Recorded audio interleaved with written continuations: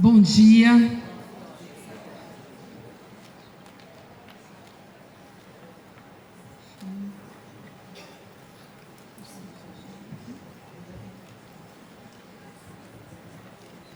Bom dia a todas, bom dia a todos. É com muita alegria, com muito prazer que eu estou aqui neste congresso do Cinesp. Congresso do Cinesp que, nesse momento, está vinculado a uma palavra fundamental da nossa resistência, que é agregar pessoas para conversar, para construir possibilidades, para somar força, construir alternativas. Então, eu agradeço, quero fazer um agradecimento especial à professora Rosana pelo convite, à professora Denise, que vai conduzir a mesa, ao professor Luiz Carlos e à professora Benê, uma grande companheira de luta. Eu tive o privilégio de poder conviver com a equipe do Cinesp na luta pelo direito ao Plano Municipal de Educação da cidade de São Paulo. Foram quase 8 anos de atuação conjunta, convivência quase semanal, para que pudéssemos, juntos com outros movimentos, organizações, coletivos, ter aprovado o nosso Plano Municipal de Educação de São Paulo em 2015. O Cinesp foi fundamental nessa luta, com a persistência, com a garra, com o compromisso, com fazer política franco. Foi muito legal. Então, eu quero aqui reverenciar a luta do Cinesp, dizer que o Cinesp é uma entidade de muita luta. Eu venho da Ação Educativa, sou vinculada à Ação Educativa, que é uma organização de direitos humanos que nasce de um coletivo de educadoras e educadores populares, vem de uma luta lá dos anos 70. Eu também aqui falo como plataforma DESCA, Plataforma de Direitos Humanos, uma articulação de 45 organizações e redes e movimentos sociais de direitos humanos, da qual a Ação Educativa integra a coordenação e que vem atuando na defesa dos direitos humanos. E vou depois contar para vocês a relação da plataforma com a austeridade. E também aqui homenageio a luta da nossa campanha nacional pelo direito à educação, atualmente coordenada pelo Daniel Cara e que foi coordenada por mim por muitos anos. Bom, eu entendo que o convite do Cinesp para uma educadora como eu falar sobre austeridade tem a ver com o fato que eu coordenei um relatório nacional sobre o impacto das políticas econômicas de austeridade nos direitos humanos. Esse relatório foi desenvolvido pela plataforma DESCA, foi lançado no Congresso Nacional, inspirou também a construção dos parâmetros internacionais de austeridade e direitos humanos. Ele foi lançado no final de 2017. Eu vou pedir para o Lucas, deixa eu ver se eu consigo. Legal. Essa é a capa do relatório do impacto da austeridade nos direitos humanos. Esse relatório está disponível nesse site. E esse relatório foi desenvolvido pelas relatoras e relatores nacionais de direitos humanos da plataforma DESCA. E esse processo da missão dos relatores, qual que é o principal desafio de uma missão das relatorias nacionais que são inspiradas e vinculadas, são inspiradas nos relatores da ONU? É ir até os territórios, lá na vida cotidiana, e ver como determinada política está chegando lá. Então, nós visitamos comunidades que estão sofrendo violência no Rio de Janeiro, comunidades de agricultores familiares em Goiás, comunidades indígenas no Pará. Também abordamos o impacto da tríplice epidemia em comunidades populares de Pernambuco e aqui em São Paulo, o aumento da população em situação de rua, com novos perfis chegando à rua, famílias que não normalmente estariam na rua, e também a criminalização das ocupações de moradia. Esse relatório, ele constatou a dor, o sofrimento imenso que as políticas econômicas de austeridade estão gerando na população brasileira. Atualmente, nós estamos iniciando a construção do segundo relatório sobre o impacto da austeridade nos direitos humanos, que terá como foco o impacto na vida de meninas e mulheres. Bom, então esse relatório está... Vou passar aqui só a próxima tela.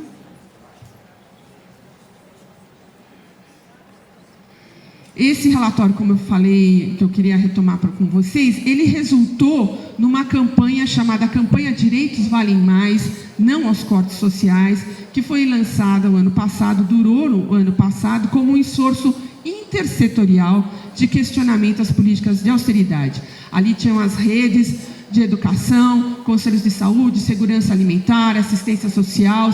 Então, vários conselhos e redes se articularam em torno dessa campanha, que teve como origem o relatório sobre o impacto da austeridade nos direitos humanos.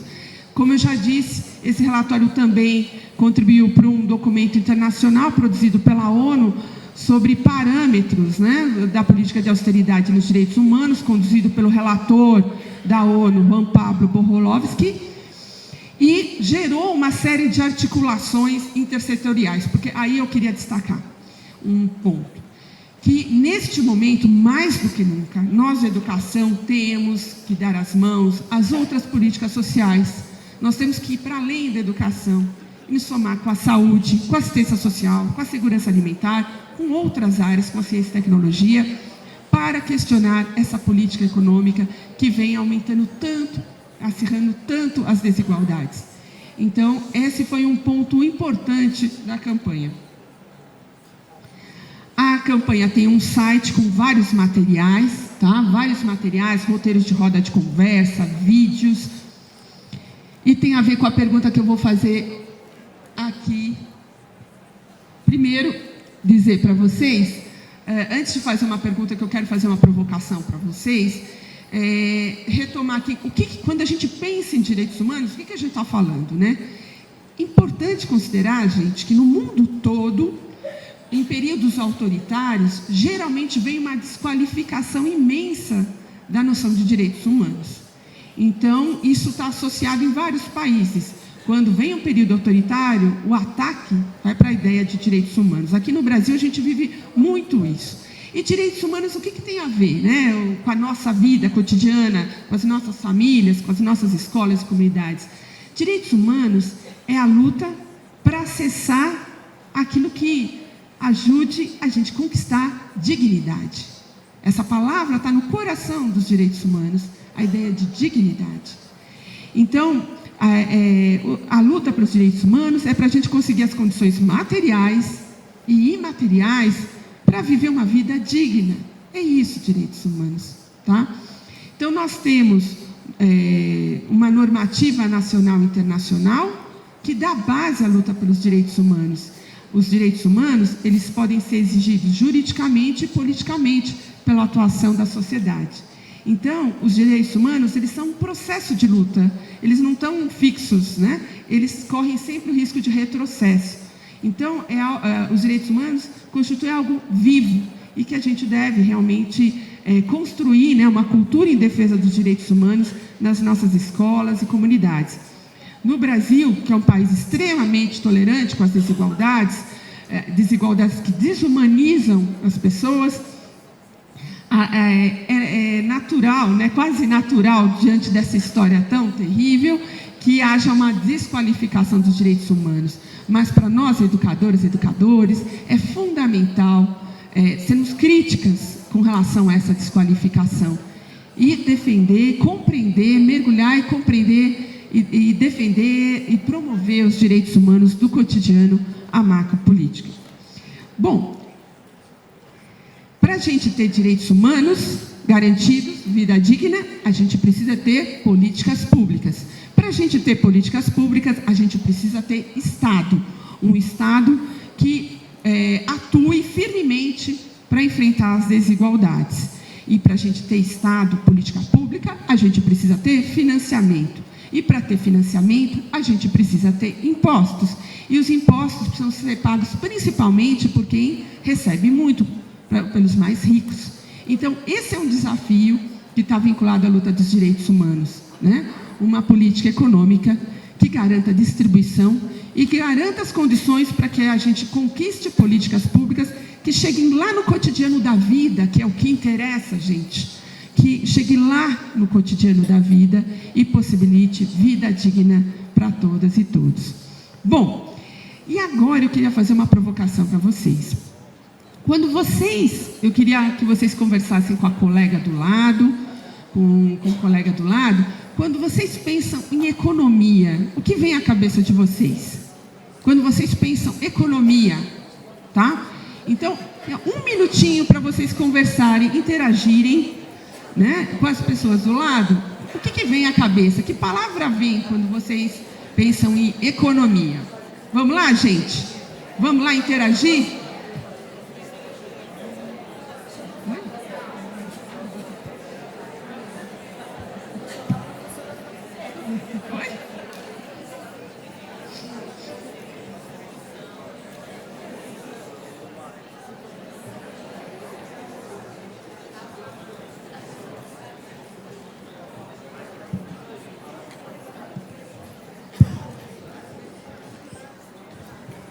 Gente, vocês conversaram um pouquinho? O que vocês pensam quando ouve a palavra economia? A política econômica, a economia, o que aparece? Vamos lá, queria ouvir 3 pessoas falando, só palavras. Como? Como? Dinheiro, que mais? Oi? Desenvolvimento, que mais? Planejamento. E qual o sentimento que a área econômica causa em vocês? Taquicardia, tá aí. Como? Desespero. Uhum. Oi? Medo. E concentração de renda. Pessoal, então assim, alguém falou? Alguém falou mais? Tá. Então, pessoal, é importante a gente refletir, porque quando a gente fala em economia, nós falamos também as primeiras palavras da potência da economia, mas depois um monte de sentimento que tem a ver com coisas ruins.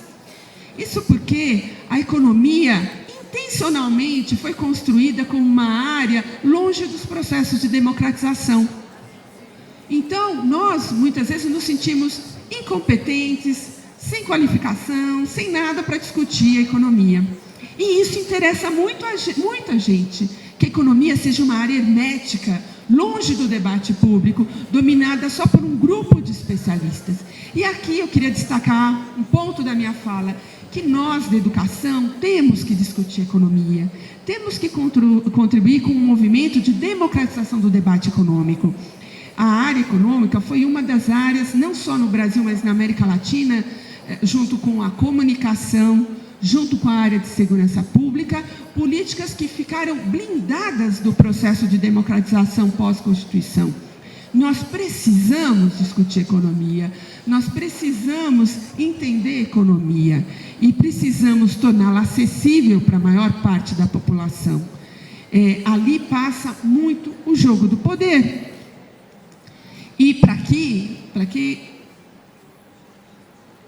a gente alcance uma economia que esteja a serviço da vida, que esteja a serviço da distribuição, que esteja a serviço da dignidade. Nós precisamos de uma economia, né, a serviço da vida digna e contra todas as desigualdades. E é isso que a gente não tem no Brasil. E é por isso que também impõe para todos nós um sentimento de incompetência, que nós não temos qualificação nenhuma para discutir. Então, nós precisamos ampliar a roda desse debate.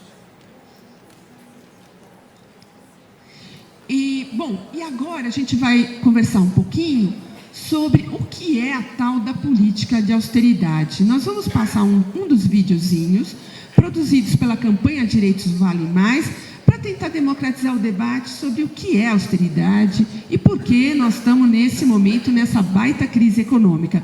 Vou pedir para o Lucas, por favor, para ele passar o videozinho para a gente, tá? Você e sua família perderam com a crise econômica ou conhece alguém que tenha sido prejudicado? Milhões e milhões de pessoas estão sendo afetadas pela maior crise econômica que o Brasil já enfrentou em toda a sua história. Desemprego, fome e os cortes nas políticas públicas estão levando o país a um retrocesso, fazendo com que setores importantes da população voltem à miséria. Muitas famílias não estão conseguindo manter um mínimo para sobreviver. Para conter os conflitos, os governos aumentaram a repressão a movimentos sociais e o encarceramento em massa, sobretudo de jovens negros. Violência, discriminação e a intolerância crescem em todo o país. Medidas são aprovadas no Congresso Nacional sem o debate público necessário, como a Emenda Constitucional 95, que congelou os gastos públicos como saúde e educação e outras políticas sociais por 20 anos, tornando inviável a garantia de vários direitos. Todos esses retrocessos têm a ver com a chamada política econômica de austeridade, adotada pelo governo brasileiro a partir de 2014. Você sabe o que é isso? É uma política que diz existir somente um caminho quando o país enfrenta problemas em sua economia: reduzir salários da população e cortar investimentos e gastos públicos com as políticas sociais. Só que a política econômica de austeridade gera um círculo vicioso. Ao cortar salários, as pessoas consomem menos. Isso faz com que as empresas não consigam vender os seus produtos. Logo, elas demitem seus empregados, o que aumenta as pessoas sem trabalho e sem renda para consumir. Com a destruição dos direitos trabalhistas e o corte das políticas de proteção social, mais pessoas ficam sem condições mínimas de sobrevivência. As doenças, o desespero e o medo crescem, as desigualdades sociais e a violência avançam. Os governos que adotam essas políticas de austeridade defendem que o país precisa fazer um grande sacrifício para que a economia melhore. Mas de quem é o sacrifício? Da maioria da população, que vive do seu trabalho, dos setores produtivos da economia, que geram empregos. As políticas de austeridade sacrificam mais quem mais precisa. E quem ganha com isso?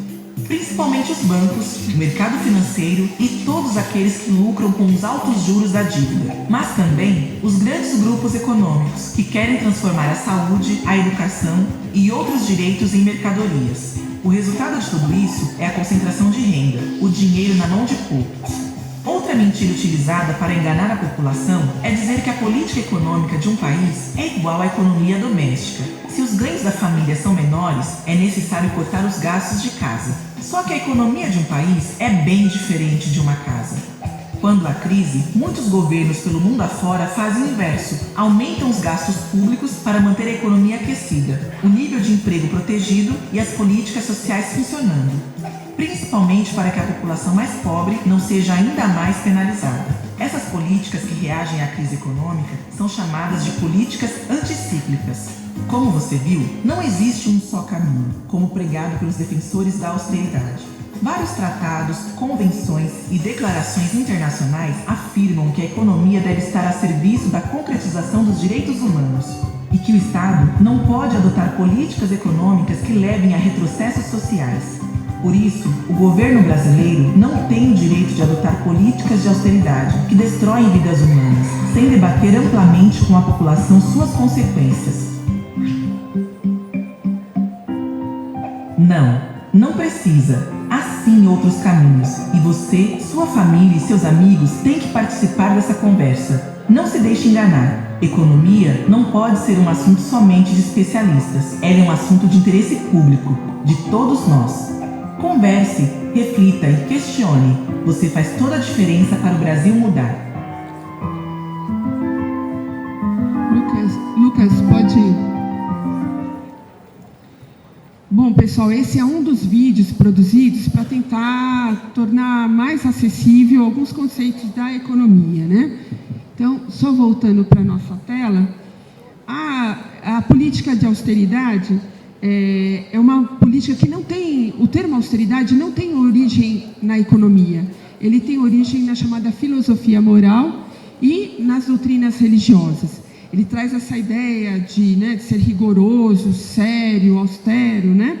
Então, ela está muito vinculada ao pensamento religioso que prevê que para chegar no paraíso, você precisa viver um conjunto de sacrifícios. Então, ela mobiliza elementos religiosos de forma bastante manipuladora, né? É importante dizer que, apesar dos elementos da austeridade estarem presentes desde os anos 80, foi a partir da crise internacional de 2008 que a ideia de política de austeridade cresce em vários países e que ela não tem base científica, ela não tem base empírica, ela é uma proposta que vários estudos já demonstraram, inclusive do FMI, inclusive do Banco Mundial, que não são instituições progressistas, que a austeridade é um grande equívoco, porque ela acelera, ela acirra, ela aprofunda as desigualdades e diminui a capacidade dos estados de construir, de promover, de garantir políticas públicas. Então, é importante a gente entender que há uma manipulação no debate público com relação a essa ideia de que precisamos cortar gastos para chegar no paraíso. O que um estudo com 107 países demonstrou que dos 107 países que adotaram medidas de austeridade, somente um conseguiu algum avanço. Os outros tiveram acirramento das desigualdades. Então, a literatura e a pesquisa científica demonstrou isso de forma muito nítida. Eu tinha preparado minha fala para o tempo de 50 minutos, então eu já vou fazer alguns cortes para adequar, como proposto pela mesa e pelos colegas, né, que eu também quero aqui reforçar o cumprimento a todos os colegas da mesa, que, desculpe, não fiz isso no início, que é uma honra integrar essa mesa aqui. Então, eu vou passando aqui. Um elemento chave da austeridade é a chamada política de austeridade, a política fiscal. A política fiscal é um instrumento da política econômica. A política fiscal, ela visa estabilizar a macroeconomia, distribuir renda e alocar recursos para as políticas públicas. Quando o Estado adota uma política de austeridade, ele se preocupa só com aquele primeiro ponto, os outros dois ele deixa para lá. Então, a política de austeridade detona um dos principais instrumentos do Estado para enfrentar desigualdades, que é justamente o ponto 2 e o ponto 3. O vídeo fala um pouquinho desses mitos que vêm sendo manipulados no debate público a todo momento, né? O mito de que o orçamento da nossa casa é igual ao orçamento do Estado, então se a gente está mal, a gente tem que cortar gastos. Isso é uma grande manipulação, porque o Estado ele tem instrumentos, ele pode produzir receitas por meio de impostos e por outros mecanismos. Então, um Estado não é a mesma coisa que uma família. A outra coisa é a ideia que tudo é culpa do gasto social. Nós estamos na crise por causa do gasto social. Muito pelo contrário, as experiências internacionais apontam que o gasto social é dinamizador da economia e tem um papel fundamental no enfrentamento das desigualdades que no Brasil são profundas, como nós todas sabemos. E também tem essa ideia do mito, né, da fada da confiança, que se o governo cortar, mostrar para os agentes econômicos privados de que ele está cortando na carne, os agentes privados vão investir mais. Tanto no Brasil como em outros países, os agentes privados não têm investido mais porque o Estado tem cortado recursos. Então, são manipulações que vêm acontecendo e que nós precisamos atuar criticamente contra essa desinformação. Bom, aqui rapidamente o vídeo já falou, né? Todos os efeitos da austeridade, desemprego, ao acirramento das desigualdades, né? Ao aumento da influência dos grupos privados e tudo mais. Estou pulando aqui, tá, gente? Mas depois a apresentação fica disponível para quem quiser, tá? E acho que esse é um ponto fundamental. A política de austeridade é uma política voltada para uma determinada elite, para uma determinada classe social, né? Ela é voltada para o mercado financeiro. Ela gera recessão e desemprego, reduz as pressões salariais, fragiliza o poder dos sindicatos e aumenta a lucratividade. A outra coisa aqui, o corte dos gastos e a redução das obrigações faz com que também diminua a carga tributária para os setores que têm mais grana. E, em terceiro, com a diminuição do acesso aos serviços públicos e da qualidade, isso gera uma pressão para a população correr atrás do mundo do serviço privado, né, da iniciativa privada, e o que contribui para a privatização.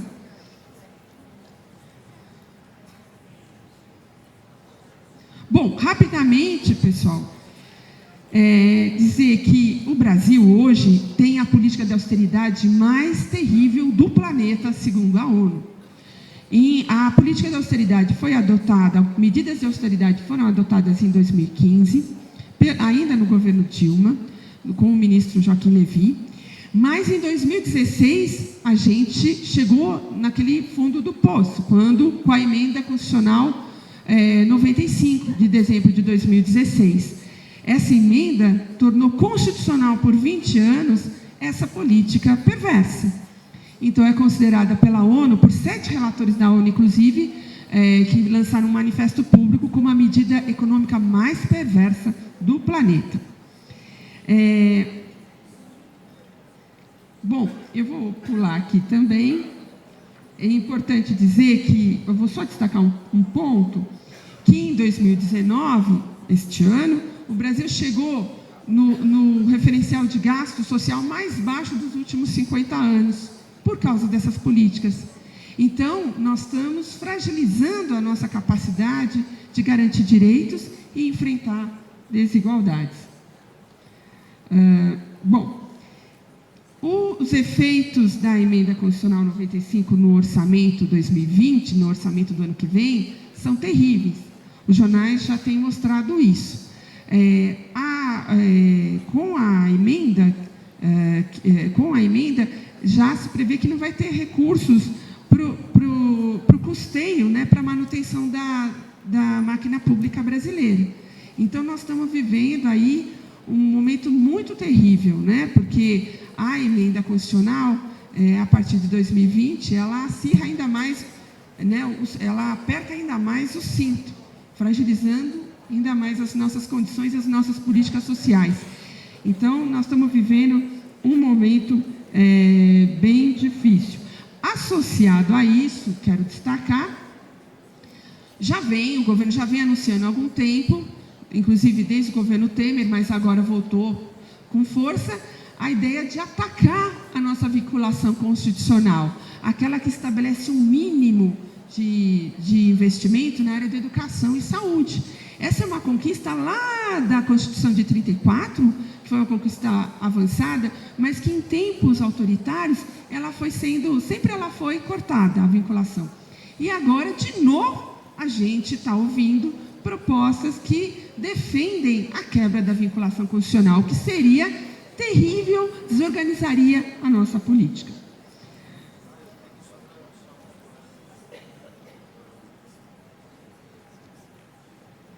Bom, que só dizer que a política de austeridade, a emenda constitucional 95, ela enterra as condições da gente implementar o nosso Plano Nacional de Educação, o nosso plano que foi fruto de muita batalha. Ele não é tudo aquilo que a gente queria, mas ele representa o que de mais avançado a sociedade brasileira conquistou. Ele foi fruto de um esforço suprapartidário, ele foi também decorrência das conferências nacionais de educação.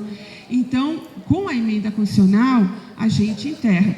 Aqui nós temos uma tabela produzida pelo professor Marcelino, grande parceiro nosso da área de financiamento educacional, que mostra a diminuição dos recursos na área de educação.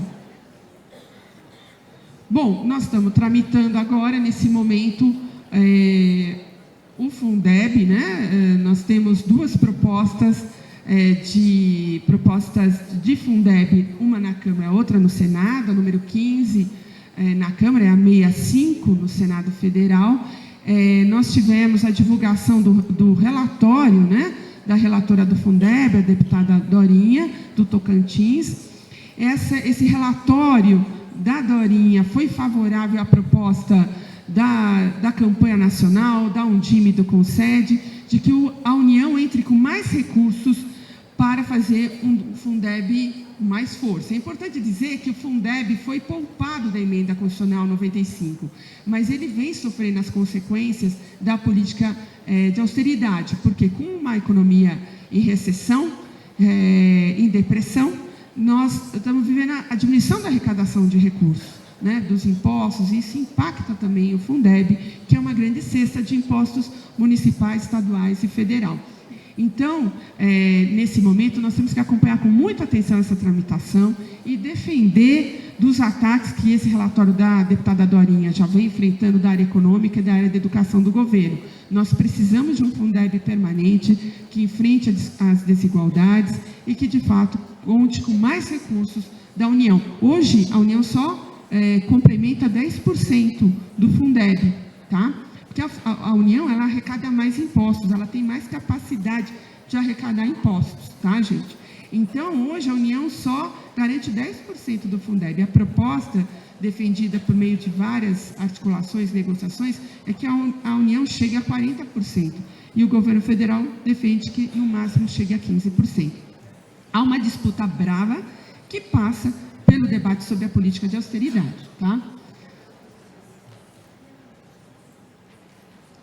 Queria chamar a atenção que muitas vezes nós vemos a atuação do Escola Sem Partido, dos grupos fundamentalistas religiosos, e aqui um parênteses.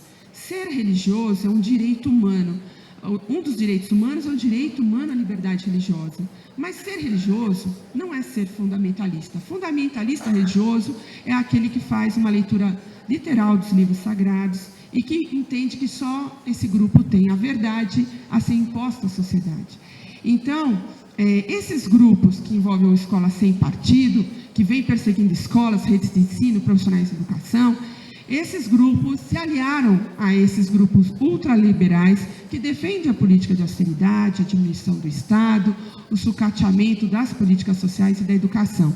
Então, é muito importante a gente ler essa articulação que se associou no golpe institucional, que se associou na aprovação da emenda constitucional 95 e que vem se associando em outras várias frentes para destruir o nosso Plano Nacional de Educação. Bom, para concluir, né, a nossa agenda de luta, que nós defendemos. Primeiro, hoje nós temos 5 ações diretas de inconstitucionalidade que defendem a revogação da emenda 95 no STF. Muito importante que a gente acompanhe isso. A nossa defesa no campo aí de direitos humanos intersetorial é que o STF convoque um ciclo de audiências públicas para ampliar o debate sobre o que é a emenda constitucional 95. O STF tem o poder de convocar para dar base ao julgamento. Então, nós precisamos ampliar esse debate na sociedade, na perspectiva da revogação. Uma outra proposta é a apresentação de uma proposta de emenda revogatória no Congresso Nacional, que não tem viabilidade hoje política, mas que pode estimular o debate, porque um dos nossos desafios é conseguir falar desse assunto. Há um silenciamento. O fundamentalismo econômico tenta dizer que só existe esse caminho, como eu falei para vocês. Então, esse é o importante também é ganhar o debate na sociedade, ampliar e qualificar esse debate. Um outro ponto da agenda, como eu já disse, é a defesa do Fundeb, dessa proposta que prevê o aumento para 40% e defende o custo-qualidade, custo-aluno-qualidade inicial como base do Fundeb. Depois a gente pode voltar a falar sobre isso.